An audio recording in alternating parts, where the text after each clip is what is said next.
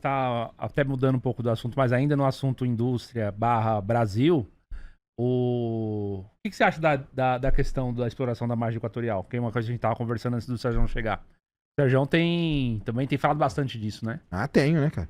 Não, cara, é aquilo lá, eu já expliquei o negócio da margem equatorial, cara. Enquanto não.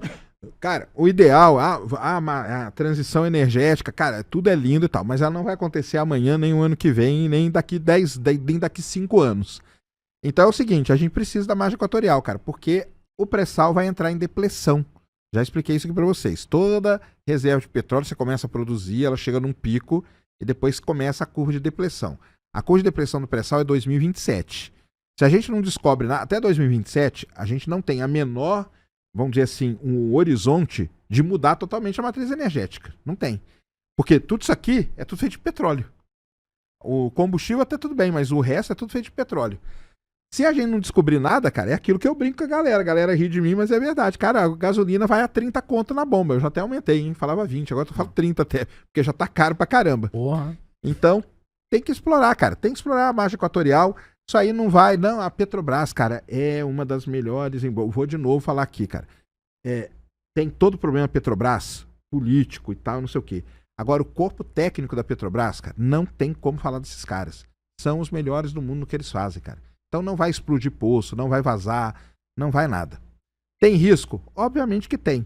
Mas tem a simulação de fluxo que mostra que se o petróleo vazar ali, ele não vai para a Foz do Rio Amazonas. Ele vai lá para o Caribe. Tem um problema com relação à exploração da margem equatorial, que é para onde vai esse petróleo, o que vai ser feito desse petróleo. Porque hoje a realidade é que esse petróleo, né, na verdade, não só da margem equatorial, mas do Brasil num panorama geral, ele tem sido um petróleo utilizado para ser vendido no mercado internacional.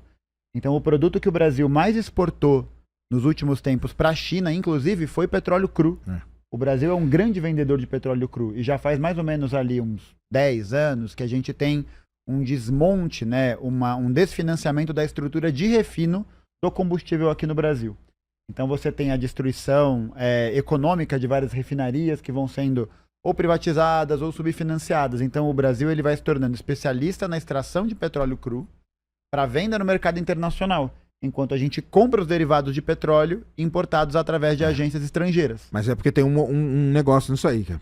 O petróleo da Bacia de Campos a gente não consegue refinar. Não, é esse refino que pode ser articulado, o refino, né, de óleo pesado, a gente não tem refinaria. Mas ainda assim, daria para fazer um programa de construção dessas refinarias. Mas fez. É que é isso. Mas aonde? fez. Em Abreu e Lima? Abreu e Lima. Então, ela está sendo descontinuada, né? Mas ela cara, é muita corrupção, meu amigo.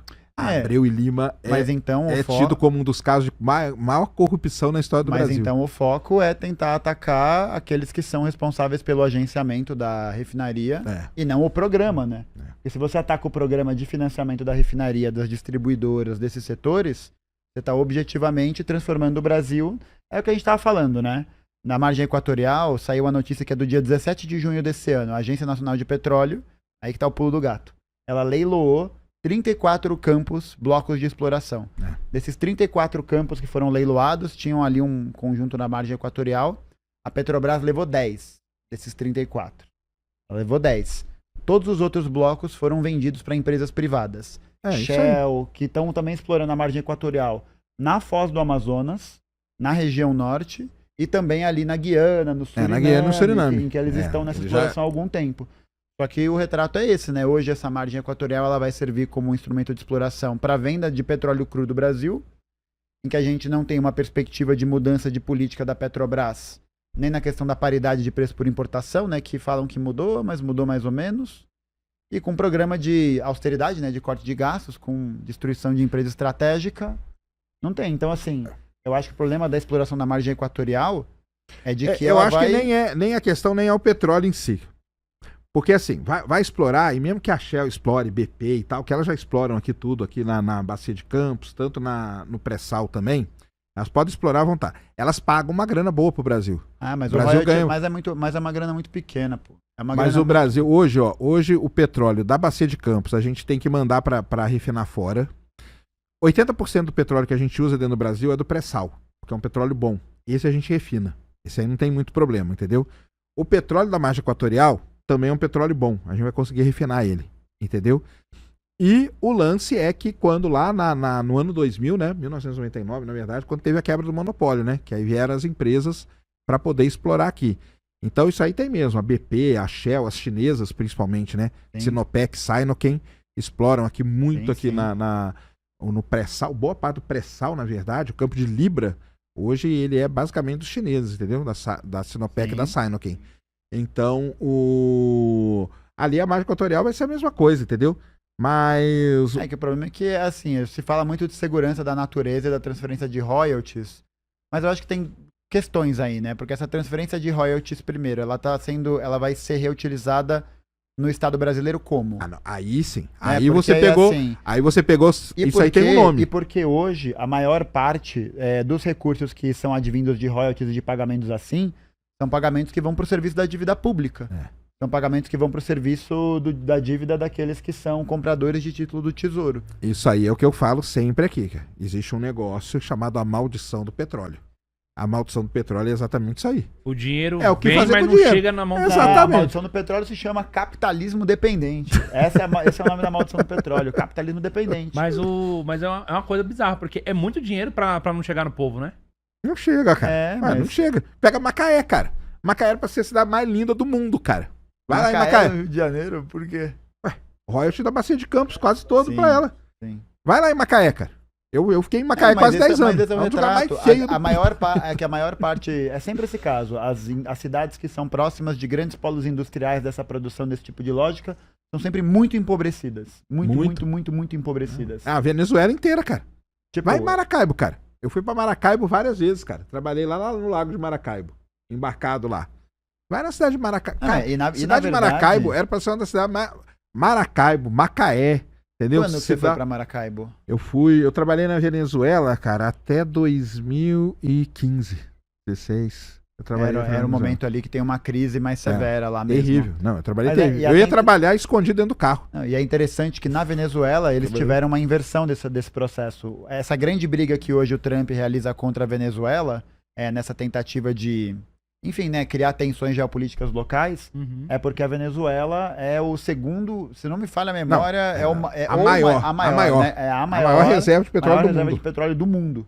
Então é um mercado ali aberto e que na época, nos anos 90, virada dos 90 para os 2000, no governo do Hugo Chávez, ele nacionalizou as empresas. Isso aí. Só que aí agora as empresas... E nem assim, empresa 100% pública, tem empresas privadas de mano. petróleo, Só venezuelanas. podia trabalhar lá dentro e venezuelano, tal. cara. Só que aí os venezuelanos não tinham capacidade. Aí o que eles faziam? Eles contratavam os americanos por baixo do pano. E aí, por exemplo, eu fui trabalhar na Venezuela por causa disso. Eu trabalhava para Halliburton e aí eu prestava serviço.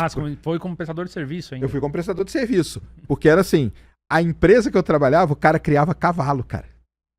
E ele assinava como engenheiro de petróleo. Olha que Nossa, que doideira. história é essa, mano? É? Nunca ouvi Desse falar jeito. disso. Era assim. Vamos fazer aqui um parênteses aqui, depois a gente volta. É o seguinte, nessa época aí na Venezuela, não podia mais ter empresa americana. Então, Halliburton, Baker, essas empresas Não aí... podia mais ter Não empresa podia. americana? Não podia. Prestador de serviço nenhum. Tinha que ser tudo empresa venezuelana. E aí, vamos supor que a gente reunia, nós 4 aqui, a gente criava uma empresa de petróleo. Entendeu? Redcast Oil. Só que a gente sabe mexer com petróleo? Não sabe. Não. Aí o que a gente fazia? A gente contratava um prestador de serviço americano. E aí o cara mandava a Halliburton, a Baker, mandava o cara pra vir trabalhar aqui com a gente. Tipo uma terceirização. assim. Terceirização. Só que ninguém podia saber, cara. Sabe como que eu ia trabalhar? Eu ia trabalhar escondido no porta-mala. Que história é Que essa? isso, Eu ia Sérgio? trabalhar Olha escondido. essa, mano. Eu ia trabalhar escondido no porta-mala, cara. Que isso? Cara, o cara isso? da empresa que eu prestei serviço lá, o cara me deixava no hotel e ele falava assim, cara, não saia do hotel por nada. Você tava no Caralho, camborão. Que isso? Cara, Tava- sério, cara. Sério. Sérgio Boia Vigiado. Fria, É cara. sério, cara. A gente. Não, mas não era só eu, não, era todo mundo, cara. Aí o que eu fazia? Eu entrava dentro do carro, o cara me escondia. Aí a gente entrava dentro de um condomínio de luxo e entrava dentro de uma casa. Só que a casa era uma empresa de petróleo. A casa era uma empresa A de casa era uma petróleo. empresa de petróleo venezuelana, entendeu? E o que você fazia? Aí eu fazia o trabalho que o cara tinha que estar fazendo.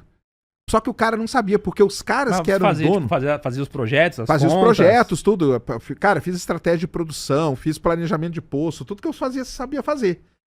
eu fazia tudo. Pagar bem, hein? E aí eu. Nada, Não, eu não ganhava, né, trabalhar cara? num porta-malas Não, do eu carro. era empregado. Quem ganhava bem era a Haliburton Mas na aí, época. salubridade. Não, isso aí. Que é isso, Sérgio? Aí eu fazia tudo e dava pra você, por exemplo. Ah, Você ia lá e assinava. Então saía com a assinatura venezuelana no negócio. Então era como se a empresa venezuelana estivesse prestando serviço pra PDVSA. Uhum. Só que no fim das contas era uma empresa americana que tava. Só que era tudo por baixo dos panos, cara. Venezuela era um caos aquilo ali, cara. Caos. Entendeu? Não era só eu, não.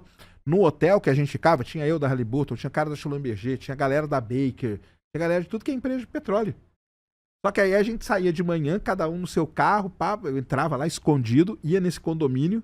Cada casa do condomínio era uma empresinha de petróleo, cara. Desse jeito. A Venezuela era desse jeito. Doideira. O engenheiro de petróleo que assinava o que eu fazia, o dono, o cara tinha um Aras.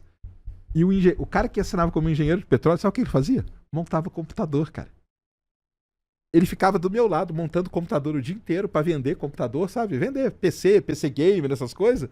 E eu trabalhando. Aí eu terminava, passava pra ele, ele assinava e pronto. Nossa, que E história. foi, cara, era desse jeito, cara. Era desse jeito. Cara, isso aí foi uns 2 anos da minha vida, cara. que isso, Sérgio? Sério? 2 anos nessa. É, Eu ia ué. trabalhar no porta-malas do Eu carro. ia trabalhar mano. escondido, cara. Tinha que ir, cara. Mas Tinha assim, que ir.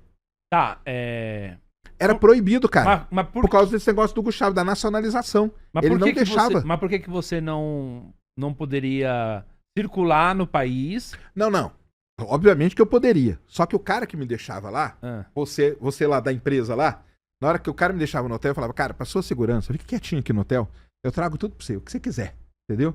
Eu não sai por aí não e tal. Os caras tinham medo, né? Tipo, tô lá num bar assim, começa a beber, não, cara, que eu sou da Haliburton, entendeu? E tal, e aí tá um cara do venezuelano lá do meu lado e me denuncia, entendeu? Então, cara, tinha isso aí. Nossa, relato de espionagem, assim. nunca Essa tinha época ouvido da- falar. essa agora época da você vai nacionalização era isso, confirmar a tese de você ser agente da CIA. Não, cara, não era gente da CIA, cara, eu trabalhava Essa, aí, empresa de essa é a petróleo, novidade. cara. Essa gente. é a novidade Esse do o anúncio, podcast. é.